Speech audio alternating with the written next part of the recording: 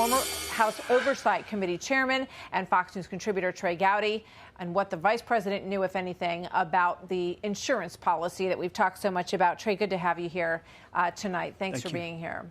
So yes, I thought we would start by taking a look at this tweet by President Trump. He says, if I were a senator or congressman, the first person that I would call to testify about the biggest political crime and scandal in the history of the USA by far is former President Obama. He knew everything. The president writes in caps, do it at Lindsey Graham, South Carolina. Just do it. No more Mr. Nice Guy, no more talk. And here is the response by Senator Lindsey Graham to that tweet. Let's watch that. No president's above the law, but we do have separations of powers, and I think it'd be a bad precedent to compel a former president to come before the Congress.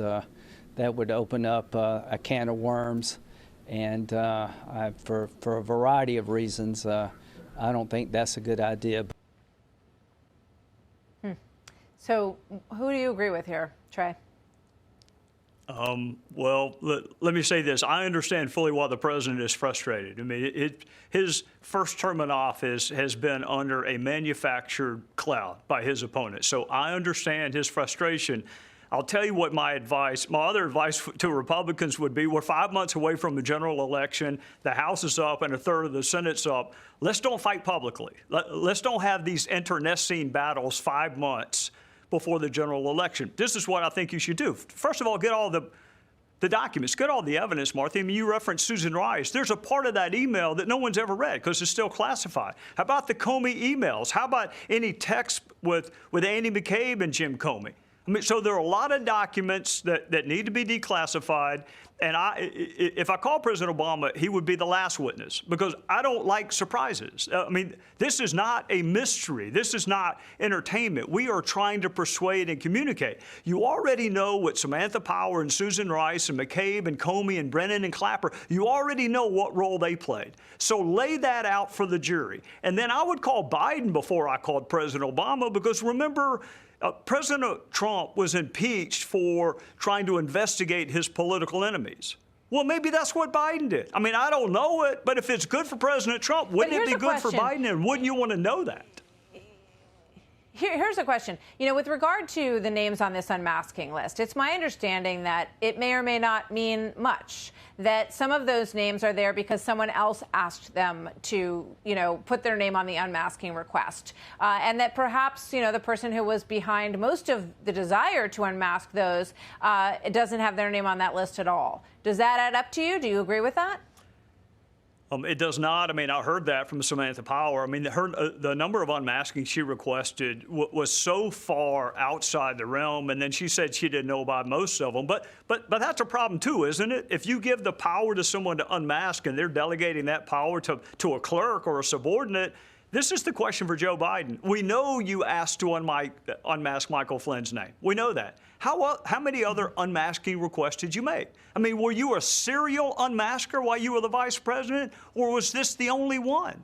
I can't answer that question, but I think it's really relevant. You know, I mean, let me ask you this, because, you know, in terms of this battle over whether or not this should go so far up in terms of investigation into Joe Biden or President Obama, there's no indication that the Department of Justice or that John Durham are considering either one of those two people that I just named in their investigation. And we know that because of something that the Attorney General said in an interview with Hugh Hewitt just a short while back at the end of April. Watch this. As far as I'm aware, none of the key people whose actions are being reviewed at this point by Durham are running for president. What do you think about that? Follow the evidence. I mean, wherever the evidence, I mean, that's why you put a career prosecutor that's apolitical like John Durham in that position. Wherever the evidence takes. I mean, if Joe Biden didn't make the unmasking request and wasn't involved in any of the Flynn decisions, then so be it. But someone needs to tell us that. He's certainly not immune from investigation. What I took that to mean is there's no evidentiary support for it yet, but I don't think Durham's through either. You won't know it until you talk to the witnesses. I mean, that's kind of my point with the FBI. I mean, you don't know who leaked until you ask them. All right. So, obviously Lindsey Graham's going to get some pushback from, the president's supporters on this, because a lot of people look at these situations from the beginning and say no one has actually been held accountable. It's an enormous source of frustration for a lot of the president's supporters in this country. And, they've also pushed back on you about that with not subpoenaing. Some of your colleagues have asked why you didn't subpoena more actively when you had the chance to do so. Do you have any regrets about that? Well, look, Martha, I was part of investigations from the moment I got to Congress. I didn't volunteer for them. I was drafted for most of them. So you and I could have an entire hour on the mistakes I made. I was not the chairman of the House Intelligence Committee. Devin Nunes was, and he did a phenomenal job. Bob Goodlatte was the chairman of the Judiciary Committee, and when it kicked up to him, I think he did a phenomenal job.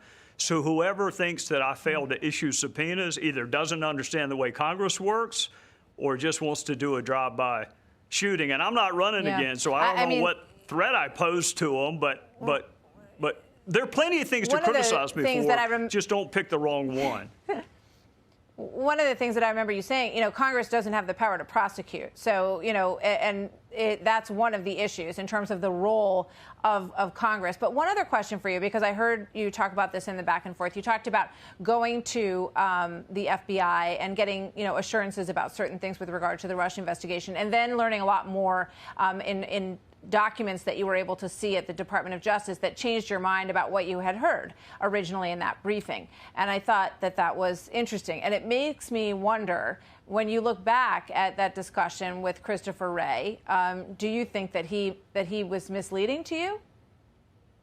Well, there's no question what Devin and I were told in the briefings did not match up with the documents. So the mistake I made, which I will confess to, is believing the word of DOJ and FBI officials that came after Trump was elected. Let's be really clear about that. I wasn't in the room with Jim Comey and Peter Strzok. I was in the room with people that came after President Trump. I should have gotten the documents first. I'm glad I got them 3 weeks later. Yeah, I'm not asking about, your actions. I'm really asking about Christopher Wray here, because, if he was not forthcoming, and the documents revealed something separate, do you think that he's the person to be running the FBI? Well, I did not pick him. I will tell you this. The FBI told us that nothing happened before a certain date. The Trump campaign was not the target. Donald Trump was not the target. You go look at that initiation report from Peter Strzok, and it mentions Trump campaign. That's when my mind switched. When I looked at the documents, it did not match up with the briefing that Devin and Paula and I received. So as for Chris Wray, the president picked him. Yes, ma'am. Yeah. Thank you so much. Trey Gowdy, always good to have you. Yes, ma'am. Thank you.